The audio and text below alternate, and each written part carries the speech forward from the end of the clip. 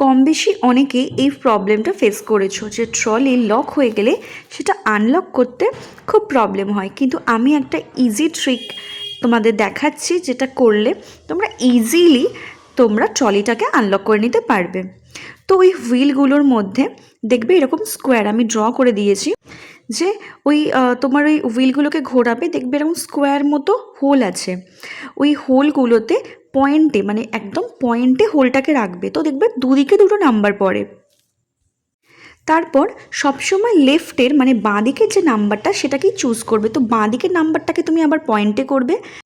এরকম করে তিনটে হুইলেরই বাঁ দিকেরটা মানে হুইলের বাঁ দিকের নাম্বারটাকে চুজ করে তিনটে হুইলেই এরকমভাবে পয়েন্টে বাঁ দিকের নাম্বারটাকে চুজ করবে।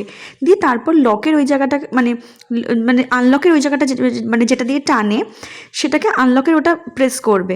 করার পর দেখবে হয় কি না, যদি না হয় আবার নেক্সট আর একটা ওই ক্লকওয়াইজ তুমি আবার ঘোরালে, ঘুরিয়ে তার আবার লেফটের যে নাম্বারটা আসছে নেক্সট দিয়ে ওটাতে আবার ফার্স্টেরটা, দেখি সেকেন্ড হুইলের সেকেন্ড নাম্বারটা, এরকম করে করে থার্ড, মানে তিনটে চেঞ্জ করবে আর আনলকের ওটা প্রেস করবে। এরকমভাবে করে করে দেখবে দু তিনটে মিস হলেও 4 নাম্বারেরটা হবে, কারণ আমারও সেম এরকম হয়েছিল, আমিও এরকম করে করে দেখেছি, কিন্তু হবেই। মানে কি বলবো, পেশেন্স রেখে করবে, ডেফিনেটলি হবে। কারণ আমিও একদম ইমপেশেন্স হয়ে করছিলাম, প্রথমে তো রেগে যাচ্ছিলাম, হচ্ছিল না, কিন্তু ফাইনালি হয়েছে। আর আমি এটা মানে ফুললি স্যাটিসফাইড, মানে এটা করেছি, মানে এটা হয়েছে আমার, তাই জন্য তোমাদের দেখাচ্ছি। তো তোমরাও করো আর আমাকে কমেন্টে জানিও যে তোমরা খুলতে পেরেছো কি না।